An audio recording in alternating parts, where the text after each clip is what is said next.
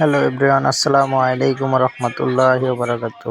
আজকে আপনাদের সাথে শেয়ার করব চিকেন কারি রেসিপি। তার জন্য আমি চিকেনগুলোকে আগেই ওয়াশ করে নিয়েছি, মিডিয়াম সাইজ করে সবগুলো কাট করে নিয়েছি। আমার সবগুলা চিকেন কাট করা হয়ে গেছে। এখন আমি চিকেনগুলো একটা বোলে সবগুলো তুলে নেব। চিকেনটা ভালোভাবে ওয়াশ করে নেব যেন কোনো ব্যাড ব্লাড না থাকে। আমার চিকেন কাটিং এবং ওয়াশিং কমপ্লিট হয়ে গেল। আমি এখন রান্নার প্রস্তুতিতে চলে যাব। আমি এখানে আগে থেকে কড়াই বসিয়ে রাখছিলাম, তাতে লং, দারচিনি, এলাচ দিয়ে পেঁয়াজ দিয়ে হালকা ফ্রাই করে নিয়েছি। এটা বাংলা রান্না না, শ্রীলঙ্কান রান্না। পেঁয়াজটা ফুল ফ্রাই করা যাবে না।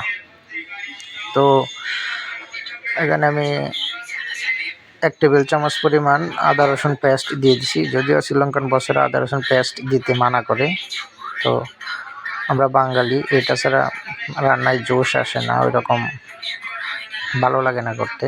আমি গোপনীয়ভাবে 1 টেবিল চামচ দিয়ে দিছি। তো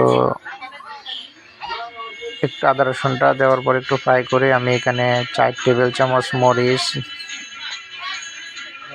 4 চা চামচ মরিচ, 3 চা চামচ হলুদ, 2 চা চামচ ধনিয়া গুঁড়া, 2 চা চামচ জিরা গুঁড়া আর আমের ফলসি, শুকনো আমের ফালি দিয়ে দিছি 10-12 পিস। এটা আমি একটু ভালোভাবে ফ্রাই করে নেব যেন মশলাটা পুরো একটু কালচে কালচে হয়। শ্রীলঙ্কানরা চিকেন ব্ল্যাক কারি খায়, এটা আবার বাংলা ব্ল্যাক কারির মতো না, হালকা একটু কালো রঙের হবে। তো আমি মুরগিটা দিয়ে একটু ভালোভাবে কষিয়ে নিয়েছি। কষানোর শেষে আমি পরিমাণ মতো পানি দিয়ে ঢেকে দিয়েছি 10 মিনিটের জন্য। 10 মিনিট পরে ঢাকনা করলাম। আমি এখানে একটু সস অ্যাড করে দিলাম।